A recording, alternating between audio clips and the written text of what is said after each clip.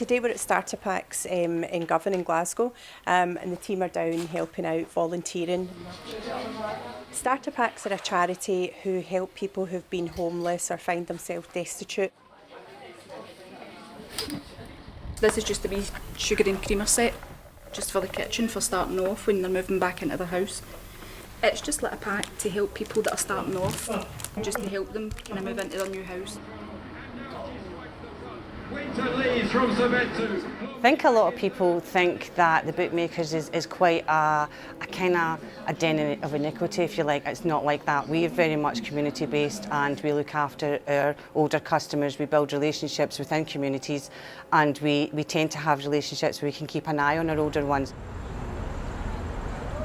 Scotland's Towns Partnership have forged a very strong link because we see employment, we see tens of millions of pounds worth of rental income churning into the economy, thousands of jobs and a lot of community benefit that often goes unnoticed. Bookmakers add to the variety on the high street and they've been a constant over the years, but also in addition to that they're employing 1,000 people in good jobs in the city centre and contributing £24 million worth of taxation to the city.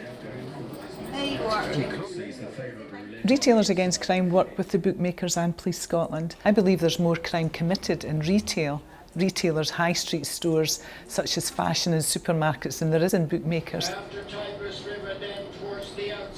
We're very concerned with the responsible gambling. We're being portrayed in this light that we don't really care. We do. If we see a customer getting agitated or upset, we will go and speak to them. We also have leaflets and we can assist them on if they want to exclude from the shop. Place your bets. No more bets, please. Gaming machines were introduced into betting shops more than 15 years ago, and problem gambling has remained static over this period at below 1%. And it's worth noting that spending on gambling machines in betting shops accounts for just 13% of all gambling spend. Gamblers spend 7 times more on other products, often in venues that lack our tight controls and trained staff. You can limit the amount you spend by your set a spend limit.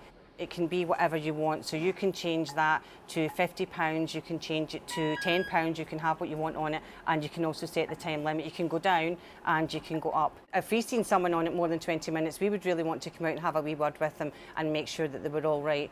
There will be some customers that are quite happy to sit on it for longer, but we encourage them to take a wee break.